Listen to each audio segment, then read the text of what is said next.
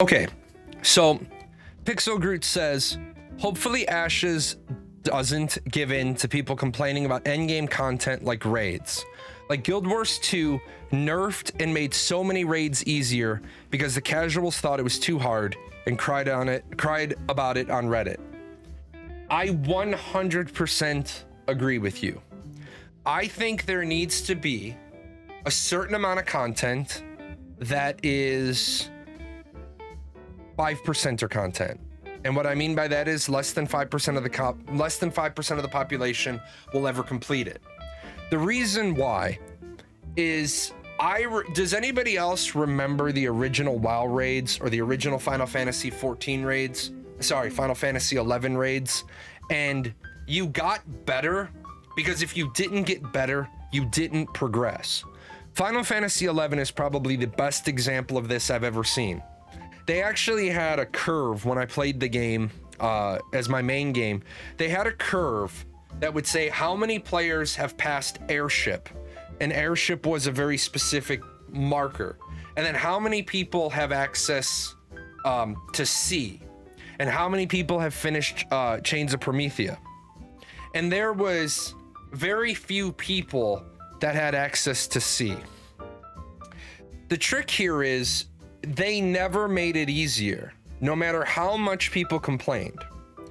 Steven seemed early on like he was going to hold the line of we're not going to make it easier just because people ask. We're going to take feedback and we're going to listen, but we're not going to just water the game down for the sake of watering the game down. And I was like, great, because that's what we need in the genre. The problem is Intrepid seemingly hasn't stuck to the guns because they've been flip-flopping about combat. Now, I know what you're going to say. What does combat have to do with dungeons and raids? Well, it has everything to do with it. Steven talked about in 2017, it was going to be a tab-based game. And then all these people got up in Steven's ear and said, you need action, you need to have action, you need to do hybrid, you need to do an action camera. But each and every time a game developer listens to the masses, they start making their product less and less what they want it to be about, and they start making it more and more about what everyone's saying, well, we need this, or we need that, or we need the other. Now, I've talked about this several times in other videos, but Intrepid needs to not be greedy and try to be the game for everybody. There's a slice there called combat system. Action combat only, not tab target. The number of people who won't play Ashes only because of the combat system are very small. Now the PvE, the non-instance dungeon, the no party finder, the no matchmaker, they're probably a little bit larger of the audience. There are a lot of people who want to have a traditional linear theme park experience. They like WoW, and I'm gonna say WoW isn't really the most theme parky game. Final Fantasy 14 is definitely more theme parky. There are mandatory dungeons that you must do at mandatory times. WoW, you can kind of get to max level a lot of different ways, a lot of different routes. Final Fantasy 14, each expansion has these dungeons. You must do these dungeons. These are the extras. Now, I get that a lot of people don't like Final Fantasy.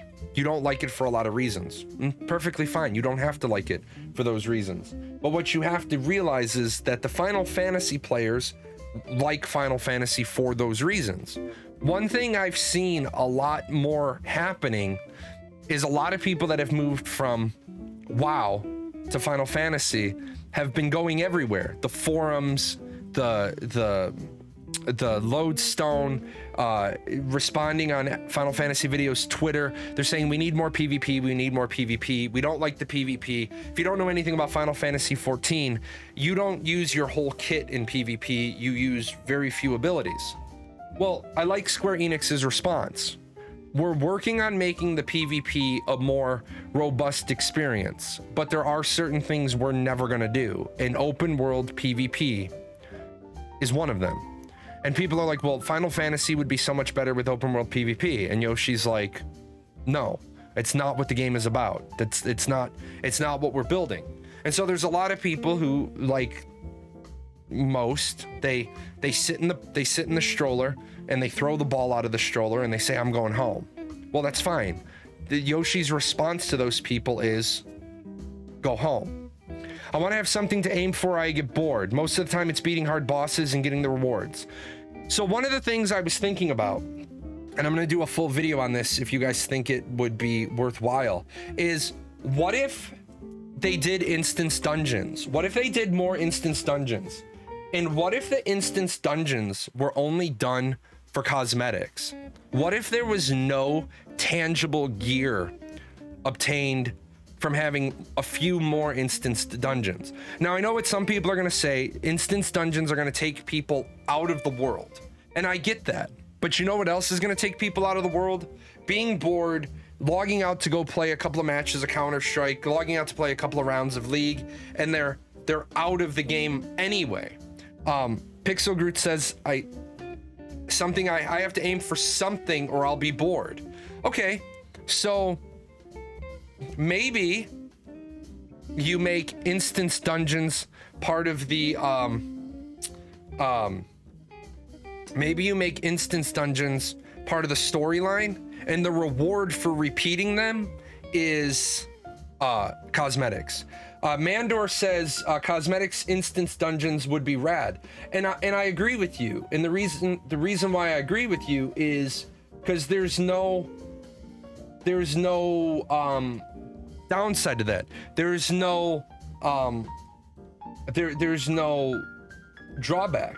Like, where is the negative here? If you do cosmetic instance dungeons, you know, could drop recipes in instance dungeons? No, because now, remember, now you're making the instance dungeons mandatory to do for people to get the recipes. Cosmetics have no tangible change of the game. They aren't a meta. They're there for looks. They're there to be cool. They're there, and it's something you can do. And like, hey guys, today we're gonna go do the silver cylinder because we're trying to get the top hat cosmetic, right? If they do instance dungeons, I do not want to see them capped. Can only run this dungeon once per day, once per week. I don't want to feel like I'm behind because I didn't play the game daily, or the content driven because of dev design. Right, but this is why instance dungeons would give you nothing. No currency, no XP, nothing other than transmogs, nothing other than cosmetics. Because if you start, and some people would say, well, why can't they have XP? Why can't they have currency? Well, if they have currency, that's a place for bots or RMTers to go and just roll over and over and over. If it's XP, it's a place to safely level. The mobs don't give you anything. Nothing. What you get at the end of the dungeon is the cosmetic. Well, then people won't do them. Hold on. You're gonna tell me people aren't gonna do instance dungeons for cosmetics when right now we currently have the number of people that are raging about cosmetics? So really, I'm gonna go ahead and throw this little segment up on YouTube, but I kind of want to hear what people have to say. Do you think instance dungeons for cosmetic only rewards would be good, or do you think it would be too much taking people out of the world and it would hurt those other systems?